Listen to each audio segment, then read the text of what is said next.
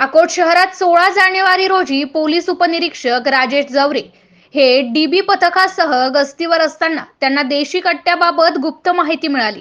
या माहितीच्या आधारे अकोट अकोला रोडवर अकोला नाक्याच्या पुलाखाली केशरी रंगाची पल्सर मोटरसायकल घेऊन उभा असलेला व्यक्तीजवळ जाऊन त्यांची अंगझडती घेतली असता त्यांच्याजवळ एक खाली मॅगझिन पोलिसांना मिळाले।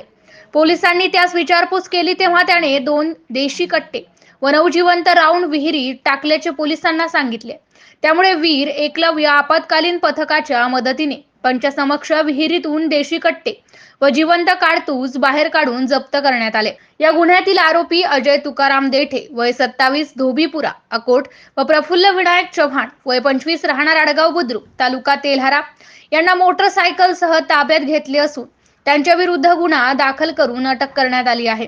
सदरची कार्यवाही पोलीस अधीक्षक बच्चन सिंह, अप्पर पोलीस अधीक्षक अभय डोंगरे, सहाय्यक पोलीस अधीक्षक अनमोल मित्तल, अकोट पोलीस निरीक्षक तपन कोल्हे यांच्या मार्गदर्शनाखाली डीबी स्कॉटचे पोलीस उपनिरीक्षक Rajesh Jaware, police constable Chandrakant Solanki, police constable Vishal Hiware यांनी केली आहे। MCN न्यूज मराठी करिता विशाल आगरे, अकोट शहर प्रतिनिधी।